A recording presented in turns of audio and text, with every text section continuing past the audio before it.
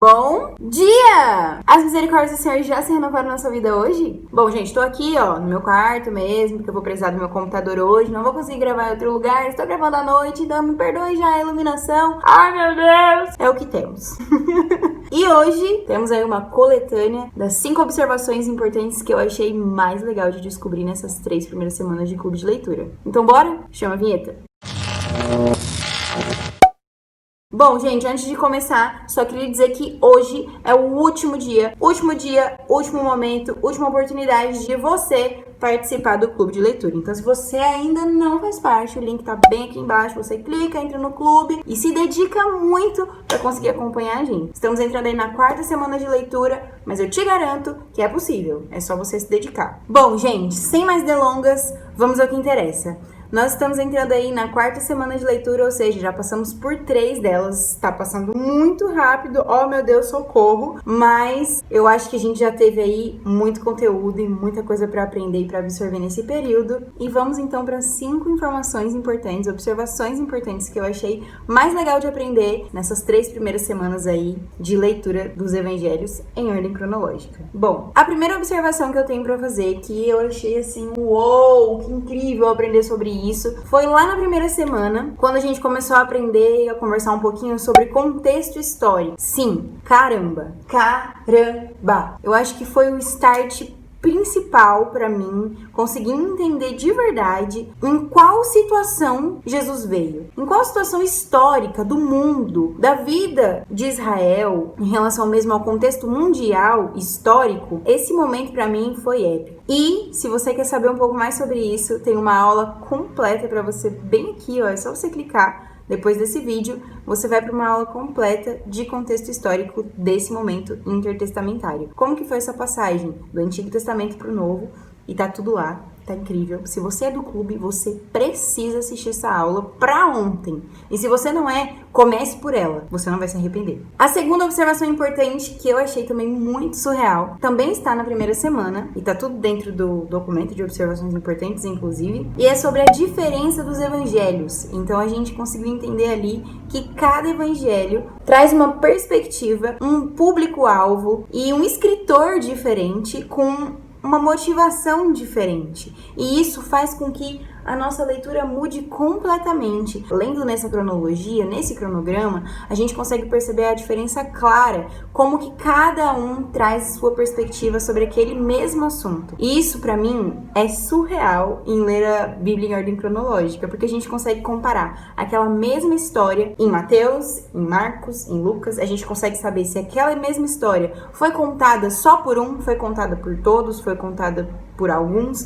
e a gente consegue entender e fazer essa comparação. Então, a diferença dos evangelhos para mim também foi uma observação muito surreal, e consegui também diferenciar os autores, quem foi realmente que escreveu, quem escreveu primeiro, quem escreveu depois, e como que foi esse processo de criação, a datação e tudo isso. Para mim também foi assim, uou, sabe? Foi muito surreal conseguir aprender um pouco mais sobre isso, e a minha leitura mudou completamente depois desse momento. A terceira observação, eu acho que ela é até um pouco polêmica, vamos dizer assim, foi na segunda semana, e foi sobre o apostolado. Apóstolos? Quem são os apóstolos, né? E eu consegui pesquisar muito, aprender muito sobre isso, porque eu fiquei muito curiosa, e na realidade, apóstolo, segundo assim a etimologia da palavra e a sua origem, são aqueles homens que testemunharam ocularmente Jesus ressurreto. Ou seja, isso já eliminaria qualquer chance de existirem apóstolos realmente, né? Hoje em dia. Pois é. Mas é claro que tudo na Bíblia, infelizmente, na vida também, abre margem para interpretações diferentes, né? Essa é a minha interpretação e, na realidade, é o que a Bíblia diz. Fica aí o questionamento, tá? Mas apóstolo mesmo, de verdade, é aquele que testemunhou Jesus ressurreto. Então, quem são os apóstolos de fato? São os discípulos de Jesus, os 12, que testemunharam Jesus ressurreto, e na realidade Judas Iscariotes talvez não entre. Alguns estudiosos não consideram ele como apóstolo, porque ele morreu antes de ver Jesus ressurgir, né? E entrou ali Matias depois, e depois também entrou Paulo, que testemunharam Jesus ressurreto, tá? Paulo, inclusive, é a exceção, claro, né? Por conta dele ter visto Jesus ressurreto em uma visão, né? Mas foi realmente Jesus ali que estava ali, que conversou com ele, e ele viu Jesus naquele momento ressurreto, então ele também é considerado um apóstolo por conta disso. Então, por mais que tenham interpretações diversas, esse realmente é o fundamento inicial, original da palavra apóstolo. Então, você só é apóstolo se você viu Jesus ressurreto. Entendeu? Eu achei isso incrível e pra mim, mudou muito a minha concepção sobre muitas coisas. A quarta observação que eu achei, uau, eu já li, gente, os evangelhos muitas vezes, mas isso eu nunca tinha parado pra prestar atenção. Foi sobre a família de Jesus. Jesus tinha uma família. Nós sabemos que ele tinha pai e mãe, José e Maria, né? Como todos nós já sabemos, mas ele também tinha irmãos. Você sabia que Jesus tinha irmãos? Pois é, as referências vão aparecer aqui na tela para você depois, se você quiser conferir. E nos documentos também tá tudo explicadinho, bem certinho, cada referência para você poder depois estudar. Mas Jesus tinha irmãos. Jesus tinha irmãos homens e Jesus tinha irmãs mulheres. E todos eles moravam em Nazaré. Só Jesus mesmo que saiu de lá para pregar, né? Começou seu ministério na Judéia, como nós vimos, depois foi para Galileia. E toda vez que ele ia para Nazaré, ele não era bem recebido, como nós sabemos também, porque profeta em casa não tem honra, como ele mesmo falou. Mas eu achei assim, uau! Tem inclusive os nomes dos irmãos dele na Bíblia. Os nomes! E se eu não me engano é Tiago, José, Simão e Judas. Os irmãos de Jesus. Vocês têm noção? Que tá escrito isso na Bíblia? Vocês têm noção? Eu nunca tinha parado pra ver. Mas enfim, achei genial. E vamos pra quinta e última, que eu acho que essa é a mais polêmica de todas, sobre o pecado imperdoável. Caramba! O contexto disso eu descobri lendo dessa vez. Eu nunca tinha parado para prestar atenção no contexto mesmo literário, assim, de quando foi que Jesus falou sobre isso, do porquê do nada ele falou sobre isso, e na verdade não foi do nada. O que tinha acontecido? Jesus tinha expulsado um demônio de uma pessoa e liberto, né, a pessoa ali de um espírito imundo, como a Bíblia nos diz, e todas as referências, como eu já te disse, estão nos documentos, tá bom? De observações importantes de cada semana, e esse, inclusive, tá no da terceira semana, tá? E se você tá no clube, você tem acesso a esses documentos todos, tá bom? Então é só clicar no link que você já consegue ter acesso a tudo isso. E aí o que aconteceu? Jesus expulsou o demônio de uma pessoa e os fariseus e mestres da lei, eles sempre estavam procurando um jeito de acusar Jesus de alguma coisa, porque eles não estavam mais aguentando ter alguém que estava se sobressaindo de certa forma em conhecimento, em sabedoria, em autoridade e tudo isso, porque Jesus realmente estava se sobressaindo e estava tendo fama de certa forma, né?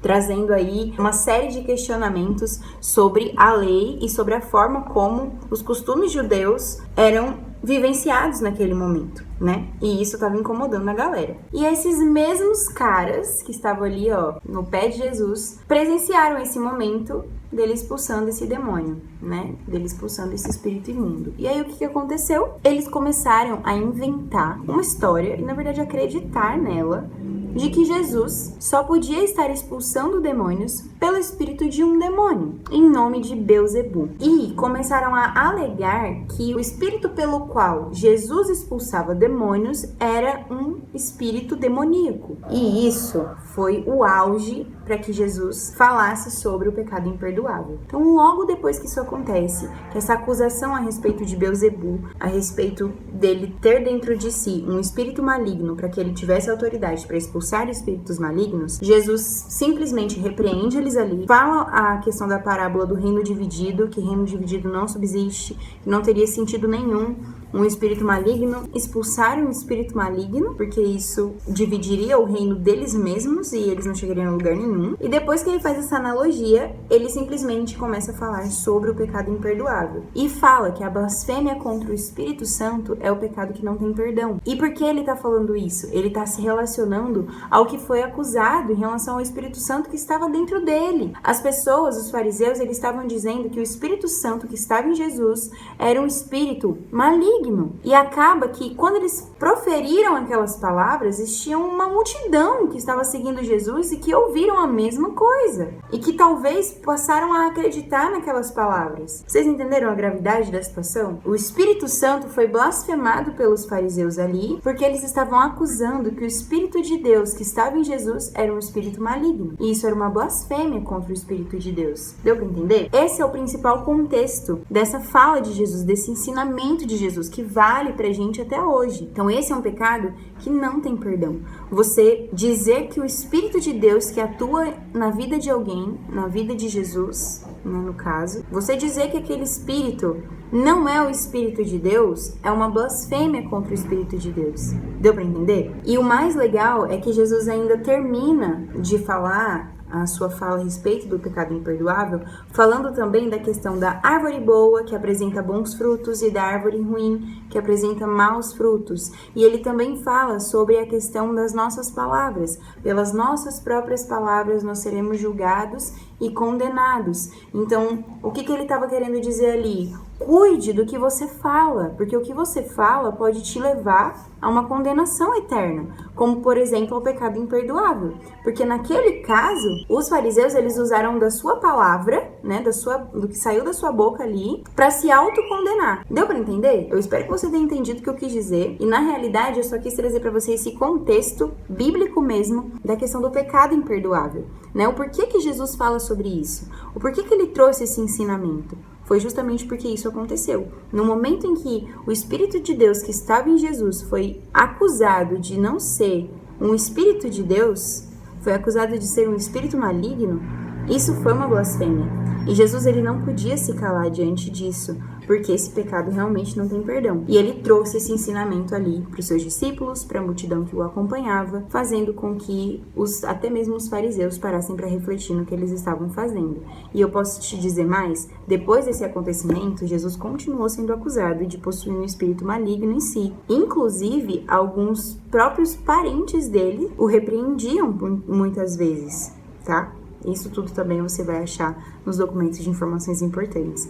E as pessoas, muitas delas, começaram a acreditar realmente. Então, depois que eu consegui entender esse contexto, eu consegui perceber que muitas pessoas na época de Jesus, por essas palavras, porque fariseus e mestres da lei eram pessoas líderes do povo, eram pessoas respeitadas. E quando isso foi dito, muitas pessoas passaram a acreditar que Jesus realmente possuía um espírito maligno no seu corpo, na sua vida, no seu ministério. E isso era muito sério. Deu para vocês entenderem que Jesus foi acusado de ter um espírito maligno no seu corpo, de ter um espírito maligno que agia e falava por ele, e que na realidade era o Espírito de Deus?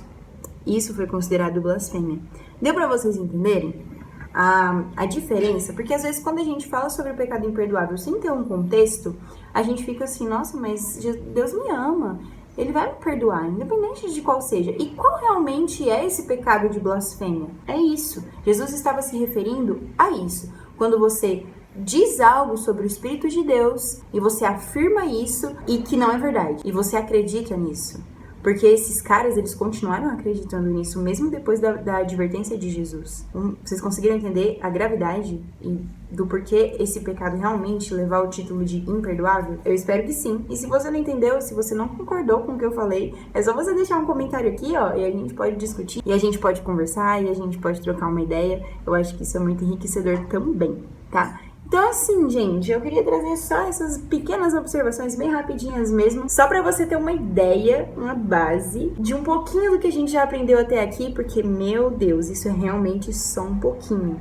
Tem muito mais coisa que a gente já viu, muito mais coisa que a gente já aprendeu, que não caberia falar tudo aqui no vídeo, e que cabe a você, somente a você, clicar no link que tá aqui embaixo, se ainda der tempo, né? Não sei quando você vai estar assistindo esse vídeo, e fazer parte do clube de leitura, tá bom? Me siga no Instagram também, por lá a gente sempre conversa, por lá a gente sempre troca uma ideia, sempre tem posts relacionados à nossa leitura, então fiquem atentos por lá. E a gente se encontra amanhã, tá bom? No nosso clube, começando aí a nossa 4ª semana. Fechou? Então é isso, gente. Muito obrigada por assistir até aqui. Até a próxima e fiquem com Deus. Ótimo domingo pra todo mundo.